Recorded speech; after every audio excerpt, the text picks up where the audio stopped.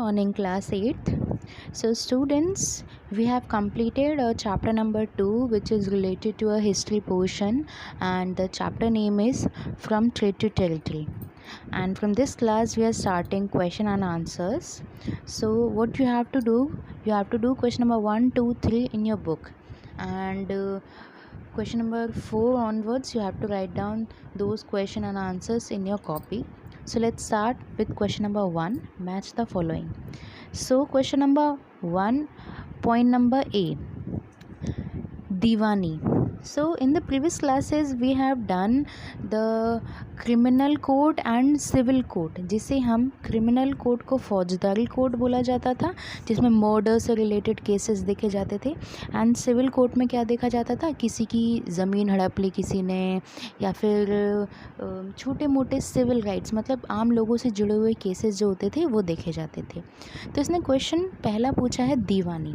तो दीवानी का मतलब है, दीवानी को हम मैच करेंगे राइट टू कलेक्ट रेवेन्यू से. पॉइंट नंबर 2 से हम दीवानी को मैच करेंगे right to collect land revenue से. मतलब हम जो ज़मीन है उसका हम लोग रेवेन्यू कलेक्ट करेंगे. Okay, so now next is tiger of Mysore. Mysore का टाइगर, उन्होंने शेर का मर्डर कर दिया था. हम लोगों ने पूरी टाइगर का मर्डर कर दिया था. तो हम लोगों ने पूरे इंसिडेंट देखा था with the help of the picture. I have explain that example. So tiger of Mysore, famous person Tipu Sultan. Tipu Sultan को टाइगर ऑफ मैसूर के नाम से भी जाना जाता है. नाउ हेयर कम्स फौजदारी अदालत. क्रिमिनल कोर्ट को ही फौजदारी अदालत बोलते हैं, जहाँ मर्डर से रिलेटेड और बहुत सारे केसेस देखे जाते हैं. सो फौजदारी अदालत को क्रिमिनल कोर्ट भी बोलते हैं. सो ईजी है ये, बहुत ईजी. फौजदारी अदालत को हमको किससे मिलाना है, क्रिमिनल कोर्ट से. दीवानी right to collect land revenue, tiger of Mysore Tipu Sultan, फौजदारी अदालत क्रिमिनल कोर्ट. ना रानी चेन्नम्मा, हम लोगों ने देखा था जब वो साउथ की ओर जा रहे थे ब्रिटिशर्स, तो उनका सामना रानी चेन्नम्मा से हुआ था, जिन्होंने ब्रिटिशर्स के ख़िलाफ़ आंदोलन छेड़ दिया था. मैंने आपको उनकी पिक्चर्स भी दिखाई थी. सो रानी चेन्नम्मा को हम मैच करेंगे let to an anti British movement in Kittur. Okay, now the next point is सिपाही. सिपाही को ब्रिटिश लैंग्वेज में हम सिपोए कहते थे, बताया था ये भी प्रीवियस क्लास में, ये डिस्कस किया है.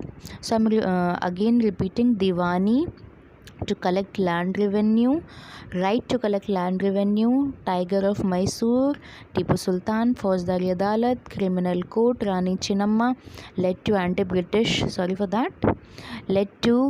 led an anti-British movement in Kittur. Sipahi means sepoy. Now we will move forward to question number 2. Point number A, the British conquest the Bengal began with the battle of. अब हम यहाँ से देखेंगे हमने कौन कौन से बैटल पढ़े थे. हम लोगों ने बैटल ऑफ सबसे पहले प्लासी पढ़ा था, बैटल ऑफ बक्सर पढ़ा है, एंग्लो मैसूर वॉर पढ़े हैं, एंग्लो मराठा वॉर पढ़े हैं. ओके, सो ये मेजर 4 बैटल्स हमने देखे थे. तो सबसे पहले प्लासी वाला वॉर याद करेंगे, नवाब सिराजुद्दौला. ओके, सो नवाब सिराजुद्दौला को ब्रिटिशर्स की दखल पसंद नहीं थी, पर ब्रिटिशर्स को क्या चाहिए, वो अपना एरिया एक्सपांड करते जा रहे हैं. सो बैटल ऑफ प्लासी में नवाब सिराजुद्दौला एंड ब्रिटिशर्स के बीच में ये वॉर हुई थी उनके against. So the answer is the British conquest of Bengal began with the Battle of Plassey. Okay, I will provide you the written material also. Hyder Ali and Tipu Sultan were the rulers of Mysore. South में diagram से मैंने आपको समझाया हुआ है मैसूर किस इलाके में है, सदर्न इंडिया में है. और एंग्लो मैसूर वॉर में हर स्लाइड के बगल में एक डायग्राम है जिसमें आपको मैसूर क्लियरली शो किया गया है. Dalhousie implemented the doctrine of lapse. Doctrine of lapse में ये था कि अगर किसी राजा के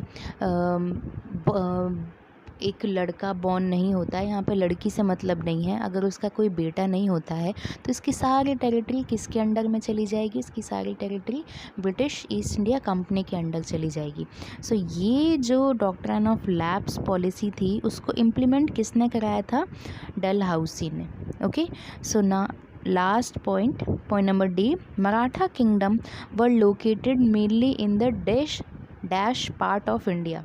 सो नाउ अगर हम मेजर पार्ट देखें, बंगाल है ईस्टर्न साइड हम बोल सकते हैं इंडिया के, मैसूर सदर्न साइड, और मराठा किस साइड है? Western side. महाराष्ट्र गुजरात के नीचे है, राजस्थान की पोजीशन अगर आपको पता है तो उसके नीचे गुजरात एंड उसके नीचे महाराष्ट्र।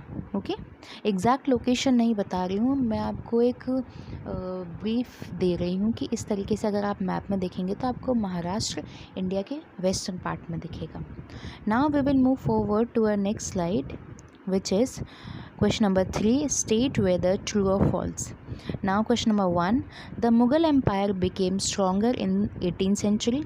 बिल्कुल गलत। औरंगज़ेब की डेथ के बाद मुग़ल एम्पायर एकदम शैटर्ड हो गया था, पूरी तरीके से तहस नहस हो गया था। एंड 18th सेंचुरी आते आते तो ईस्ट इंडिया कंपनी ने अपनी पूरी एक्सपेंशन फैला दी थी। So the answer is false. I will provide you the written material, don't worry. So question number A answer is false. Sorry for that. Question number B, the English East India Company was the only European company that traded with India. बिल्कुल गलत। East India company के साथ साथ French, पुर्तगालीज सब लोग India आके trade करना चाहते थे।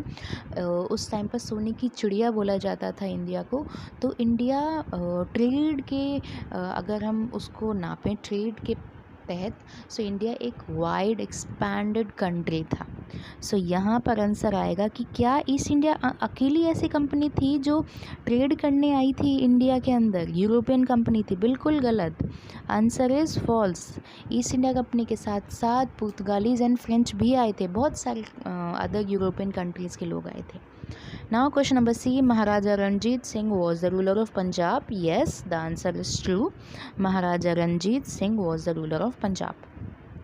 Now the last question, the British did not introduce administrative changes in the territory they conquered. This answer is wrong because दीवानी, फौजदारी, criminal and civil codes and हम लोगों ने बहुत सारे एग्जांपल्स देखे कि उन्होंने किस तरीके से doctrine of lap, subsidiary alliance, तो बहुत एग्जांपल है जिससे उन्होंने क्या किया, एडमिनिस्ट्रेशन को मजबूत करने की कोशिश की। So the answer is false.